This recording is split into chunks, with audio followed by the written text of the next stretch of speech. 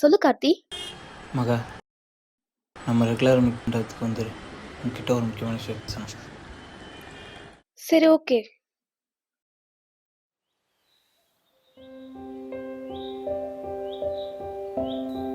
இங்கே நீ எக்ஸ்பெக்ட் பண்ணுற அளவு சேலரி கிடைக்காது. ஸ்டார்டிங் சேலரி 10,000 தான் வரும். நீ எதிர்பார்க்குற சம்பளத்தை வாங்கணும்னா அதுக்கு இன்னும் 10 வருஷம் உழைக்கணும். சொல்ல வேண்டியதை சொல்லிட்டேன். அதுக்கப்புறம் நீ தான் முடிவு பண்ணணும்.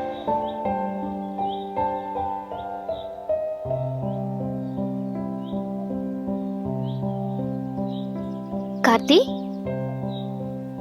கார்த்தி,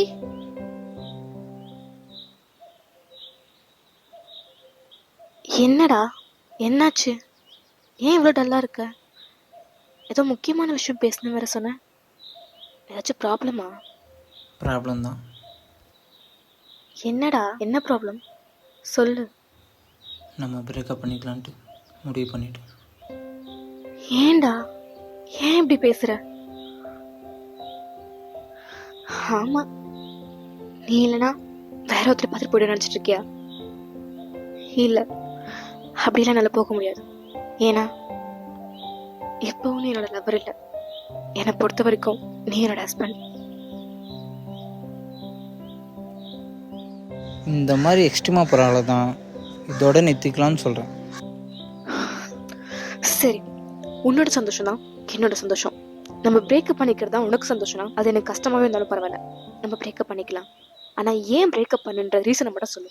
ஏன்னா என்னால் நான் ஆசைப்பட்டபடி உன்னை ராணி மாதிரி வச்சு பார்த்துக்க முடியலடி. அந்த அளவுக்கு வருமானம் இல்லை.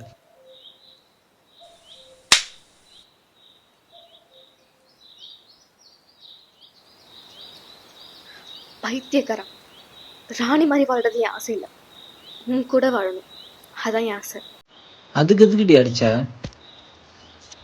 பின்ன 10 வருஷமா லவ் பண்றோம். என் ஆசை என்ன கூட தெரியாம லவ் பண்றேன். நான் அடிக்காம கொஞ்சம் வாங்கலாம் போடா.